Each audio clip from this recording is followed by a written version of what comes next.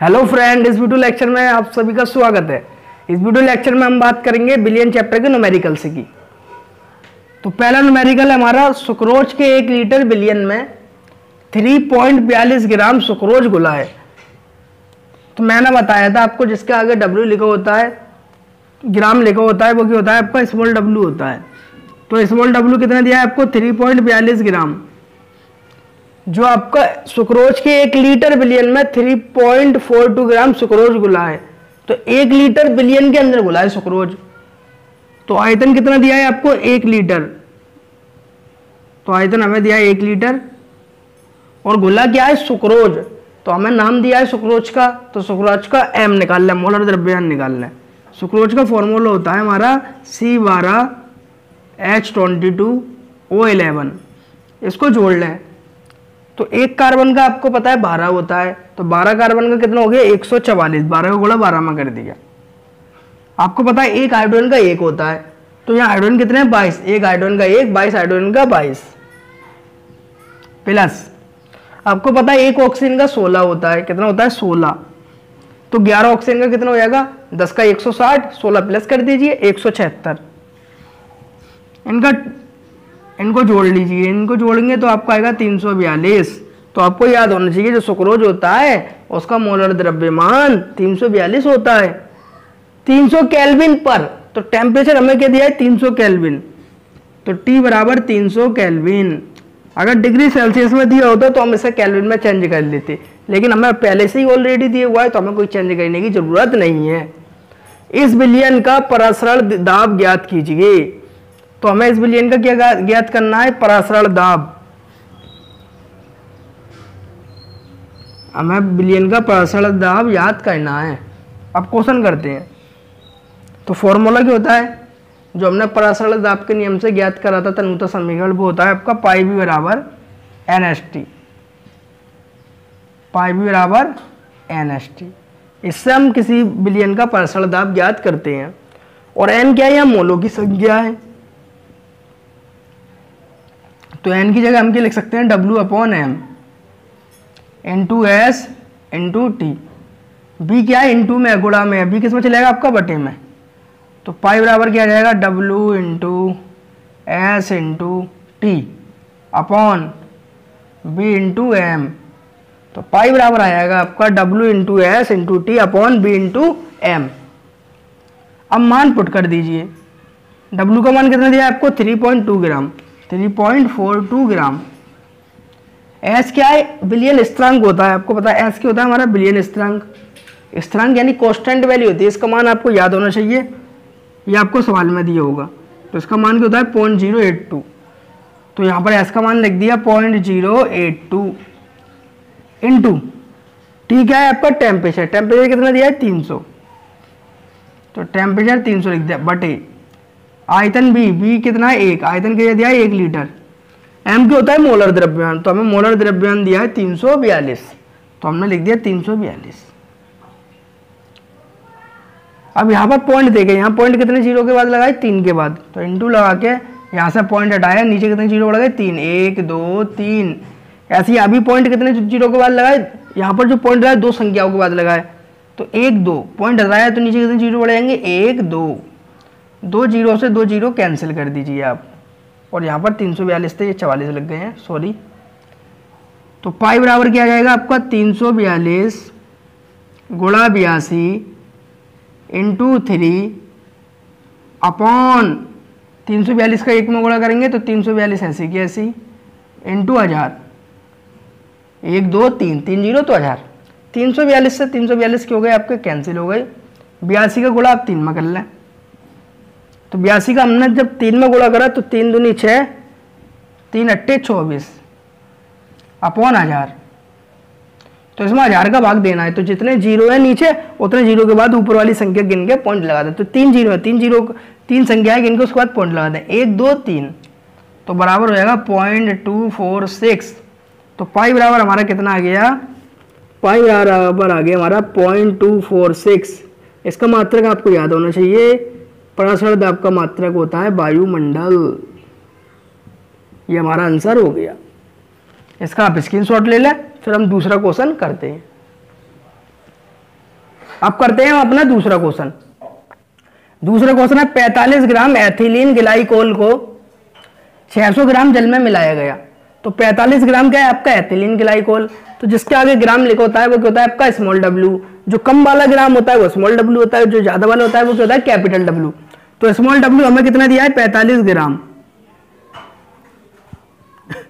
लेकिन 45 ग्राम कौन घुलाए जल के अंदर, एथिलीन ग्लाइकोल घुलाए।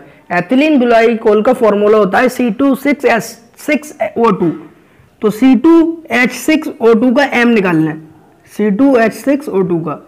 तो आपको पता है एक कार्बन का होता है 12, 2 कार्बन का कितना होगा यार 24, एक हाइड्रोजन का 1, 6 हाइड्रोजन का 6, एक ऑक्सीजन का 16, 2 ऑक्सीजन का कितना हो गया 32। इनका टोटल मान लिया 24 और 6 कितना हो गया 30, 30 और 32 62। तो जो एथिलीन ग्लाइकोल होता है उसका मोलर द्रव्यमान कितना होता है, m कितना होता है 62 होता है। अब आगे लिखा है 600 ग्राम जल में मिलाया गया। तो जल क्या होता है आपका विलायक का भार, कैपिटल W कितना दिया है 600 ग्राम। तो पहला निकलवाया आपसे हिमांक में अपनमन। तो हिमांक में अपनमन निकालना है आपको। हिमांक में अपनमन क्या होता है हमारा डेल्टा TF। तो डेल्टा TF निकलवाया है आपसे। दूसरा उसने कहा है आपसे बिलियन के हिमांक की गणना कीजिए। तो बिलियन का जो हिमांक होता है आपका वो होता है आपका TF। तो आपसे दूसरा निकला है ना बिलियन का हिमांक। तो आपसे उसने बिलियन के हिमांक का अपनमन निकाला है, अपनमन होता है डेल्टा TF। और दूसरा निकलवाया आपसे क्वेश्चन में बिलियन के हिमांक की गणना करें, बिलियन का हिमांक होता है TF। क्वेश्चन करते हैं। और जल के लिए KF का मान दिया हुआ है सवाल में, KF का मान कितना दिया है 1.86। तो फॉर्मूला क्या होता है हिमांक के अपनमन का, delta TF is equal to KF into W into 1000 upon m into capital W। ये फॉर्मूला होता है हमारा हिमांक के अपनमन का। तो डेल्टा TF बराबर KF का मान कितना दिया है आपको 1.86। तो KF का मान लिख दीजिए 1.86 इंटू W, स्मॉल w दिया है 45 into 45 into 1000 upon m। m कितना निकाला था हमने जोड़ के 62। और कैपिटल W हमें दिया है 600 ग्राम। यहां हमने लिख दिया 600 ग्राम। यहां पर पॉइंट कितने अंकों के बाद लगाए 2 के बाद। तो यहां से पॉइंट लगाए, नीचे कितने जीरो बढ़ जाएंगे 2, 1 2 1 2 3, 3 जीरो से 3 जीरो कैंसिल हो गए। तो डेल्टा TF बराबर हमारा क्या बचा, डेल्टा TF बराबर 186 गुणा 45 अपॉन 62 इंटू 60। इसे देख लेते हैं ये किसी से कैंसिल हो रहा है या नहीं। तो देखिए इसे 2 से काट दिया, 2 तिया 6, 2 एकम 2, ये भी 2 से कट रहा है, 2 नाम 18 और 2 तिया 6, ये 3 से कट रहा है आपका, 3 दूनी 6, 0 का 0, ये भी 3 से कट रहा है, 3 एकम 3, 1 और 5 15, 3 पंजे 15। तो डेल्टा TF बराबर क्या आ गया आपका 93 गुणा 15 अपॉन 31 गुणा 20। और 5 से फिर कट रहा है, इसे और काट दीजिए, 5 तिया 15, 5 चौक 20। तो डेल्टा TF बराबर क्या आ गया आपका, डेल्टा TF बराबर 93 गुणा 3। तो 93 को गुणा 3 में कर लें, 3 तिया 9 और 3 नाम 27। तो कितना आ गया आपका 279। और 31 का गुणा 4 में कर लें, 4 एकम 4 और 4 तिया 12। तो डेल्टा TF बराबर आ गया आपका 279 अपॉन 124। तो 279 में 124 का भाग दे दें, अगर भाग देंगे तो आपका आएगा, भाग देगा 2.25। तो जब डेल्टा 279 में 124 का भाग देंगे तो हमारा 2.25 आएगा। ये भाग देके आप देख लेना। तो डेल्टा TF तो हमारा निकल आया, लेकिन ये निकला किसमें, केल्विन में। तो आपका मात्रक क्या होता है केल्विन। अब आते हैं आगे, डेल्टा TF तो हमने निकाल लिया, लेकिन हमें TF1 निकालना है। TF क्या है आपका बिलियन का हिमांक। तो फॉर्मूला होता था हमारे एक, डेल्टा TF बराबर TF0 माइनस TF तो डेल्टा टी एफ बराबर फॉर्मूला होता है T F zero minus T F. Delta T F होता था हिमांक का अपनमन और टी एफ जीरो होता था शुद्ध विलायक का हिमांक और टी एफ होता था विलयन का हिमांक। लेकिन हमें निकालना क्या है टी एफ, तो टी एफ को हम इधर डाला है और डेल्टा टी एफ को इधर ले गए, जो माइनस का इधर जाके किसको हो जाएगा प्लस का। टी एफ बराबर हो जाएगा आपका formula T F zero minus delta T F. तो टी एफ जीरो जो है वो क्या है, शुद्ध विलायक का हिमांक है। शुद्ध विलायक के हिमांक का मतलब ये है बर्फ कितने टेम्परेचर पर आपकी जमती है। तो आपको पता है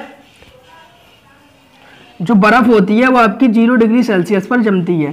फ्रीज में कितने टेम्परेचर पर जमती है, 0 डिग्री सेल्सियस पर जमती है। तो केल्विन में चेंज करने के लिए हम इसे 273 जोड़ देंगे। तो केल्विन पैमाने में कितने में जम जाएगी फ्रीज में बर्फ, 273 केल्विन में। 273 केल्विन हम चला लेते हैं चलन में, लेकिन अगर इसका पूरे मान की बात करें तो पूरा होता है ये आपका 273.15।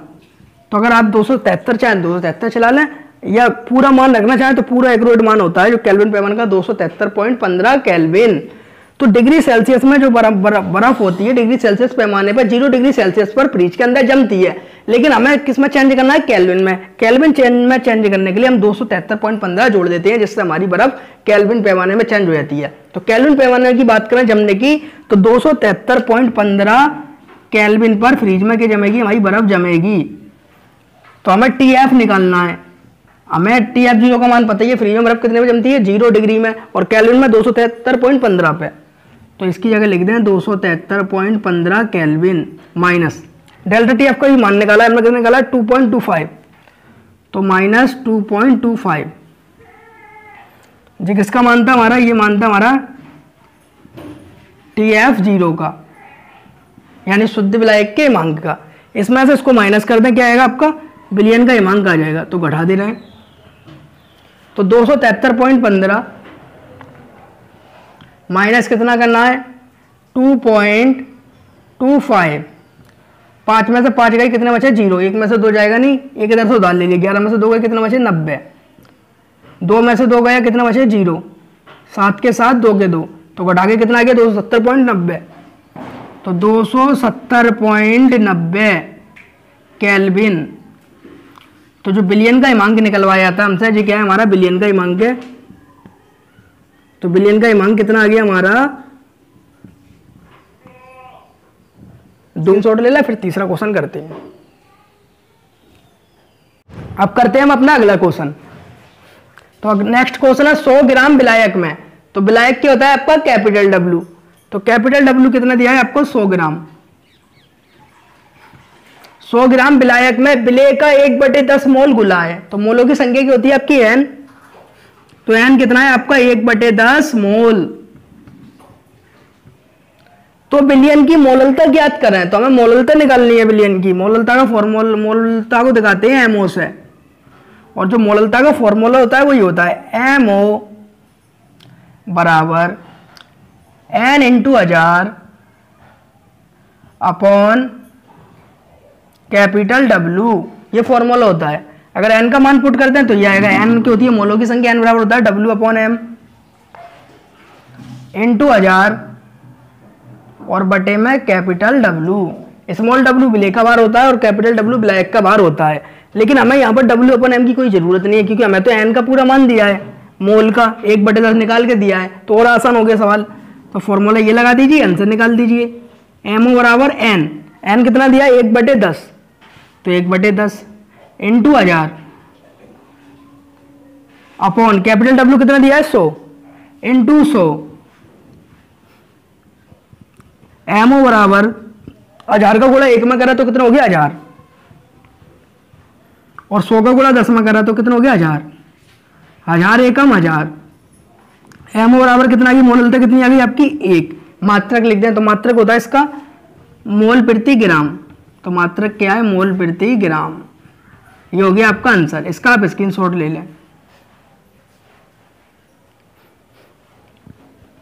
उम्मीद है आपको वीडियो अच्छी लगी होगी। वीडियो अच्छी लगी तो वीडियो को लाइक करें और हमारे चैनल को सब्सक्राइब करें, और वीडियो को दोस्तों को शेयर करना ना भूलें।